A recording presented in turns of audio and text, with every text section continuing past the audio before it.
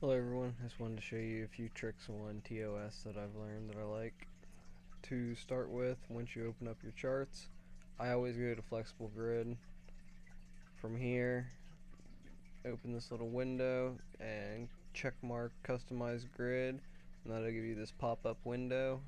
This allows you to create as many as you want. We'll do 2 for now. Then when you're done creating your windows, come back here and uncheck mark. That'll get rid of that pop-up there. Here you can do whatever you want. I'm going to link spy here, number 1 and then we'll put number 2. We can put, say, QQQ.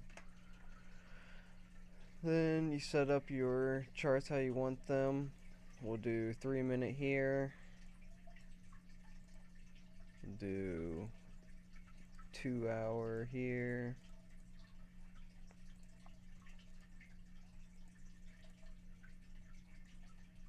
And then we'll leave, or we'll put 2-hour on QQQ as well.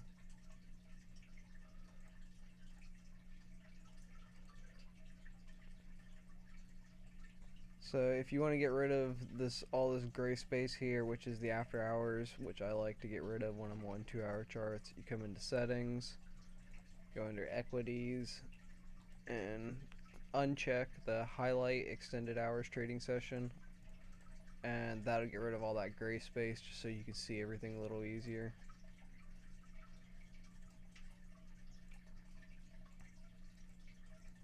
I leave it on my smaller time frames, but on like the 2-hour and 20-minute, I like to take it off.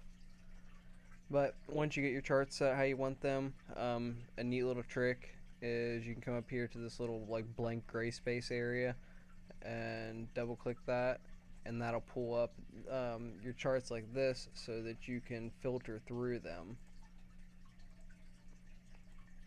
So this is really helpful if you have, like, if your trading setup requires you to look at, say, the 2-hour, the daily, and the weekly before you enter your trades.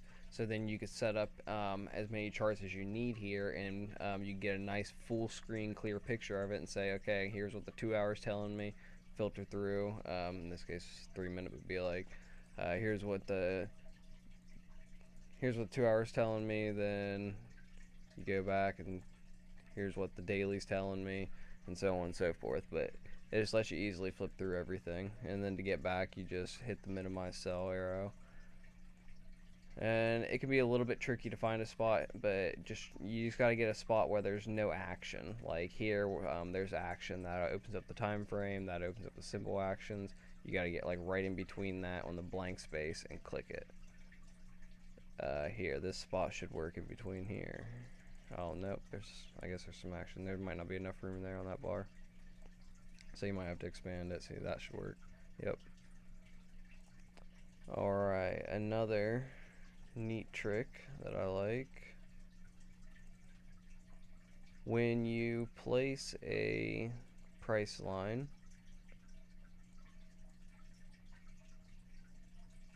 okay, place your price line, edit properties. You can show the name on the right or the left, and you can show the price on the right or the left. And we'll say target. So then when you save that, that shows you the price and whatever label you put there to let you know that, hey, I mean, if I was shorting this right now, my target would be down to here. Then as long as you have that saved as your default, every time you place another line, it'll automatically put the price of it. It doesn't save the name of it, it just saves it as price level, but it'll always save the price right there and show that every time you click a new line. So that's really helpful for me. That saves me a lot of time. It's really easy to look at it, and you don't have to like zoom in on your chart and be like, oh, it's at this price. You can very clearly see it. Another nice little trick I've learned, if you come over to a candle, like say I want to get this support lined up as close to that wick as I can, I want to get it perfect. Come here, click your candle, click correct this bar, and this window will pop up. This is the open price of that candle, the high of that candle, the low of that candle, and the close of that candle. So we would look at the low, which is 358, and we know we place our line. See, like right there, 358.84. That looks close, but we know the line is actually at 358 exactly.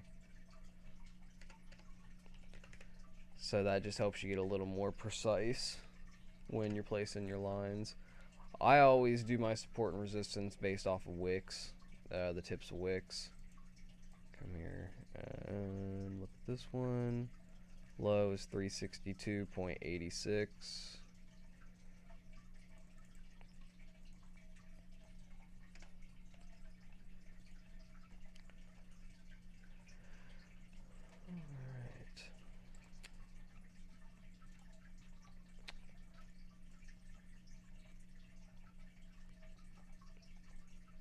I don't think I have anything else right now, so I'll leave it at that.